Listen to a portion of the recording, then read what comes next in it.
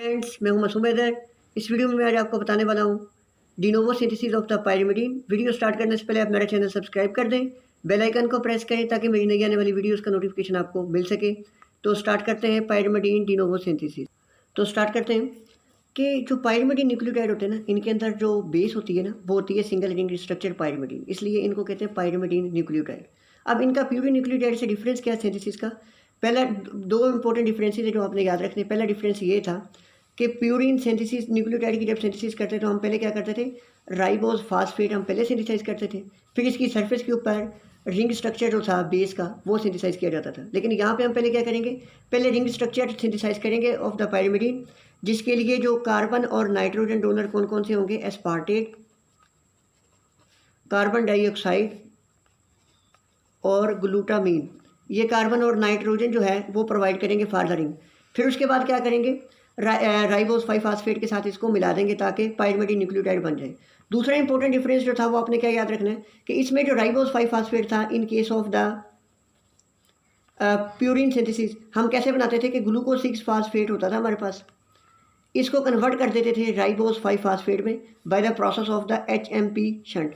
लेकिन यहाँ पे हम क्या करेंगे कि ये जो राइबोस 5 फास्फेट ये कहाँ से लेंगे, फास्फोराइबोसाइल पायरोफास्फेट जो होगा इसमें से पायरोफास्फेट वाला पोर्शन जो है ये रिमूव कर देंगे और रिमेनिंग स्ट्रक्चर क्या बच जाएगा, राइबोस 5 फास्फेट, जिसके साथ फिर हम पायरिमिडीन रिंग जो है इसको मिला के पायरिमिडीन न्यूक्लियोटाइड बना लेंगे।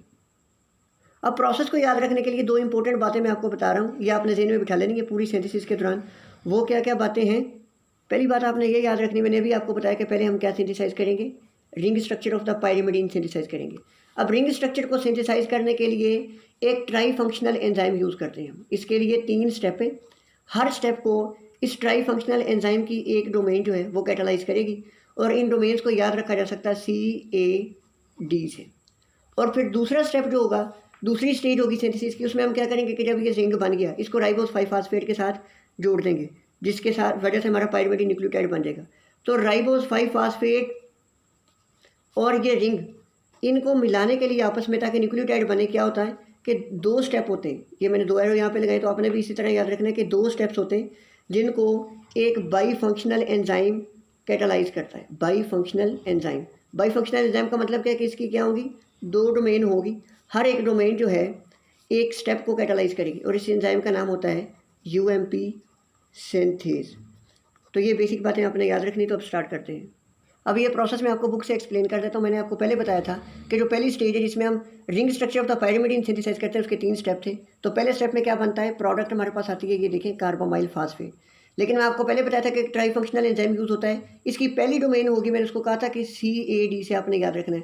तो जो C वाली डोमेन है, कार्बोमाइल फास्फेट सिंथेटेज 2, ये इस रिएक्शन को कैटालाइज करेगी। यहाँ पे प्रोडक्ट में आप देखें, कार्बोमाइल फास्फेट में नाइट्रोजन है, फास्फेट है और कार्बन है। तो इसलिए इसके लिए अब हमें फास्फेट से, फास्फेट कहाँ से मिलता है, ATP से। कार्बन डाइऑक्साइड कहाँ से क्या प्रोवाइड करती है, कार्बन। और जबकि जो हमारे पास यहाँ पे ये जो नाइट्रोजन ये आता है ग्लूटामीन के अमाइड ग्रुप से, ये ग्लूटामेट यहाँ पे यूज़ हो रहा है, ये ग्लूटामीन यूज़ हुआ है, इसने ये किस में कन्वर्ट हो गया, फिर ग्लूटामेट में। तो इसने अपना अमाइड ग्रुप यहाँ पे दे दिया, तो ये बन गया carbamoyl phosphate. Carbamoyl phosphate synthetase, मैंने 2 यहाँ पे क्यों लिखा, क्योंकि इसकी 2 आइसोफॉर्म होती हैं। जो 2 होती है ना, ये यूज़ होती है पायरिमिडीन सिंथेसिस में, और जो इसकी फॉर्म 1 है वो होती है यूज़ यूरिया साइकिल में, और वो माइटोकॉन्ड्रियल होती है क्योंकि यूरिया सिंथेसिस माइटोकॉन्ड्रिया में होती है। अब स्टार्ट करते हैं नेक्स्ट स्टेप। नेक्स्ट स्टेप में क्या होता है कि जो कार्बोमाइल फास्फेट का ये फास्फेट है ना, इसको रिप्लेस कर देता है एस्पार्टेट, और इसके लिए जो सेकंड डोमेन यूज़ होती है इस एंजाइम की, उसका नाम होता है एस्पार्टेट ट्रांसकार्बामाइलेज। वो क्या करता है कि एस्पार्टेट इनऑर्गेनिक फास्फेट को रिमूव करता है, उसकी जगह पे क्या लगा देता है, एस्पार्टेट लगा देता है। तो जो स्ट्रक्चर बनता है वो एक साइक्लिक स्ट्रक्चर बन जाता है, लेकिन अभी ये रिंग क्लोज नहीं हुआ। नेक्स्ट स्टेप में हमने तो बनाना है रिंग, अब थर्ड डोमेन इसकी एक्टिव होगी, वो क्या करेगी, इसमें से वाटर निकालेगी और ये जो रिंग खुला हुआ था यहाँ पे, इसको क्या कर देगी, क्लोज कर देगी। तो जो स्ट्रक्चर बनता है इस एंजाइम की थर्ड जो डोमेन, इसका नाम होता है डाईहाइड्रोओरोटेज, और जो स्ट्रक्चर बनता है डाईहाइड्रोओरोटेट बनता है। अब डाईहाइड्रोओरोटेट का मतलब है कि इसमें हाइड्रोजन आइन है, हमने हाइड्रोजन आइन को निकाल देना है। ये कैसे निकलते हैं, इस रिमूवल के प्रोसेस को कहते हैं ऑक्सीडेशन। इसके लिए एक एंजाइम यूज होता है जिसको कहते हैं डाईहाइड्रोओरोटेज डिहाइड्रोजिनेज। इस एंजाइम के लिए इंपॉर्टेंट बात क्या है कि सारे एंजाइम जो पायरिमिडीन सिंथेसिस के वो साइटोसोलिक होते हैं, सिर्फ ये माइटोकॉन्ड्रियल होता है, ये इनर माइटोकॉन्ड्रियल मेम्ब्रेन में होते हैं। दूसरी बात, FMN इसका को एंजाइम होता है। जब इसने HN निकाली तो रिजल्टिंग स्ट्रक्चर क्या बन गया, ओरोटेट या ओरोटिक एसिड बन गया, ये हमारे पास। तो अब हमने पहली स्टेज जो है सिंथेसिस की कर ली है कि हमने रिंग स्ट्रक्चर बना लिया है। अब मैंने क्या कहा था, दूसरी बात हमने रिंग स्ट्रक्चर को राइबोस 5 फास्फेट के साथ जोड़ना है, और ये भी बताया था कि PRPP जो है ये राइबोस 5 फास्फेट डोनर है। तो सिंपली क्या करेंगे, इसमें से हम क्या करेंगे, फास्फोराइबोसाइल पायरोफास्फेट में असल में क्या होता है, राइबोस 5 फास्फेट, और इसके साथ होता है एक पायरोफास्फेट। अब राइबोस 5 फास्फेट फास्फोराइबोसाइल पायरोफास्फेट में दो चीज़ें होती हैं, राइबोस 5 फास्फेट और पायरोफास्फेट। ये पायरोफास्फेट रिमूव हो जाए तो रिमेनिंग स्ट्रक्चर हमारे पास क्या बचता है, राइबोस 5 फास्फेट।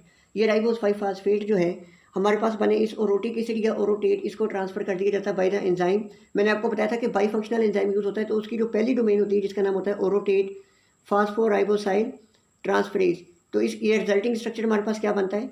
अब न्यूक्लियोटाइड तो बन गया, लेकिन आपको पता है कि जो पायरिमिडी न्यूक्लियोटाइड होते हैं वो बेसिस कौन सी होती हैं, साइटोसिन, थायमिन, यूरेसिल। लेकिन यहाँ पे जो न्यूक्लियोटाइड बना है उसमें हमारे पास जो होती है ओरोटोडीन आती है। इसका नाम क्या होता है, ओरोटोडीन मोनोफास्फेट, या दूसरा नाम MCQ के तौर पे आ जाता है ओरोटोडाइलेट भी इसको कहते हैं, ओरोटाइडाइलेट भी कहते हैं इसको। लेकिन अब हमने अगर इसको किसी भी न्यूक्लियोटाइड में कन्वर्ट करना है पायरिमिडीन के, तो क्या करेंगे, सिंपली इसमें से कार्बन निकाल देंगे in the form of the carbon dioxide. तो इसके लिए जो एंजाइम यूज़ होगा, जो सेकंड डोमेन है बाईफंक्शनल एंजाइम की, जिसको कहते हैं OMP डीकार्बोक्सिलेज, वो होगा। जब कार्बन डाइऑक्साइड रिमूव हो जाएगी तो OMP या ओरोटोडाइलेट जो था वो कन्वर्ट हो जाएगा यूरिडीन मोनोफास्फेट में। इंपॉर्टेंट बात जो ये हमने UMP तो बना लिया, UMP को नेक्स्ट कन्वर्ट किया जा सकता है UDP में भी, UTP में भी कन्वर्ट किया जा सकता है बाय द फास्फेटेजेस।